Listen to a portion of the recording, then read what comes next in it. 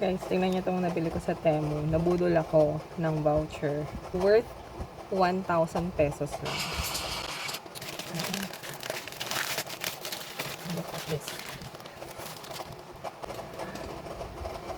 Pocket camera guys, 1,000 pesos.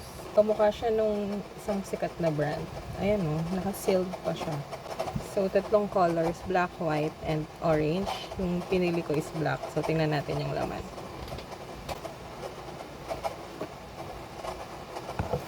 Yan. So, may manual. Tingnan muna natin kung anong accessories.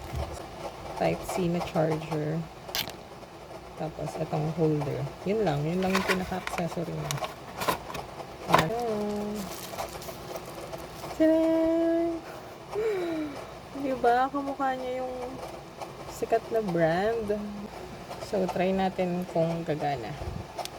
And kung ano ba yung quality.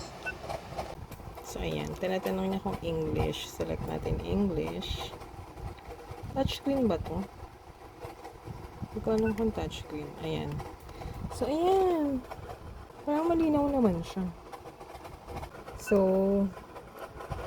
pwede siyang lagyan ng memory card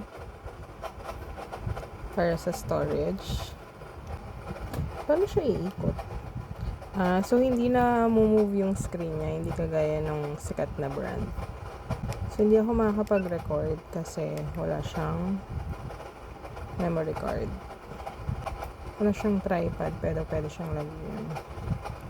Tapos guys, mano-mano lang na move yung camera niya. Hindi siya napipindot. Ikaw dapat yung mag-move. Pero 360 naman siya naiikot. So, pwede nakaharap sa'yo, tapos paikot ng gano'n.